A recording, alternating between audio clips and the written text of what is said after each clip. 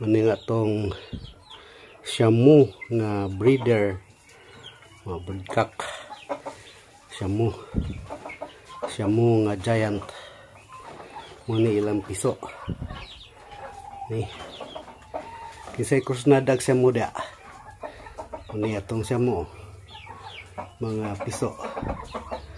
Shamu. So napi atong itom na kini siya kuan siya crossbreed Shamu og Rhode Island kanang itom. So ano siya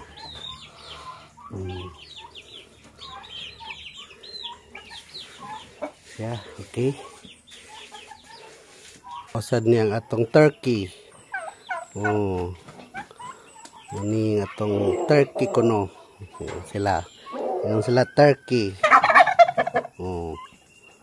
Ani. Okay.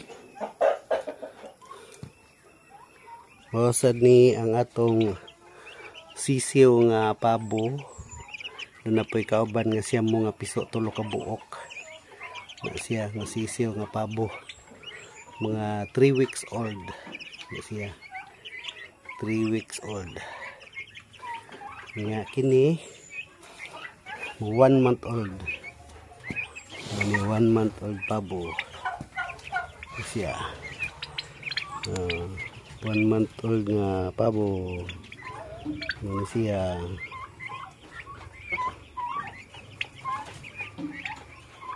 Okay. Daatay ga lumlum. To lumlum na siya pabo. Nya nasad tay gold Shamu. Golden Shamu kani. Tapos na ay Rhode Island. Apoy original nga Rhode Island nga laki kana.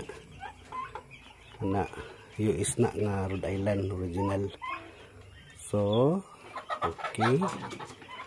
Tapos atay Shamu nga galumlum. To giant Shamu galumlum. Tapos tay mga crossbreed Shamu nga piso. 3 months old kana nasa kulungan.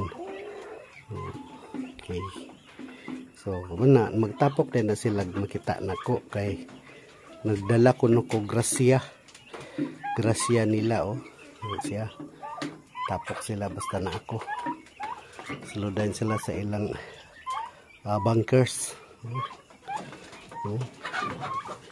Siya. Okay.